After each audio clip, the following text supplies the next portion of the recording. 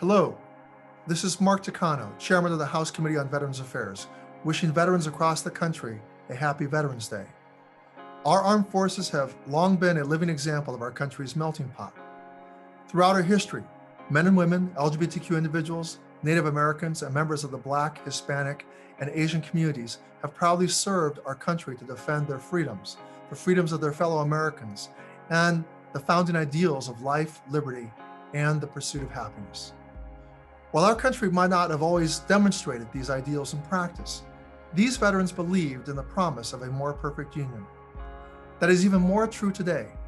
The next generation of veterans is expected to be the most diverse group of veterans this country has seen. It is my hope that by developing a 2030 vision for VA, we can make sure that in the coming decade, the Department of Veterans Affairs is prepared to care for all those who, in the words of President Lincoln, have borne the battle. Already, this committee has begun this effort by holding hearings to address the barriers veterans from often marginalized communities face when seeking care at VA.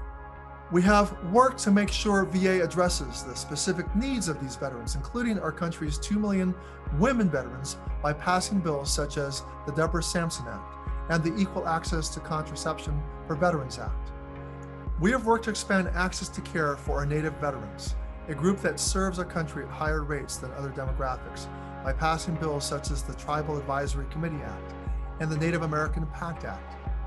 We are on the right path to making sure our service members, regardless of gender or background or origin or creed, can return home to an equitable system that is ready to take care of them.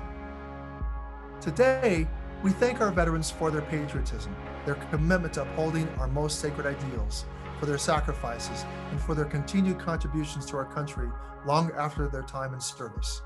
Our country may not be perfect, but it is full of promise, and veterans know that's worth fighting for.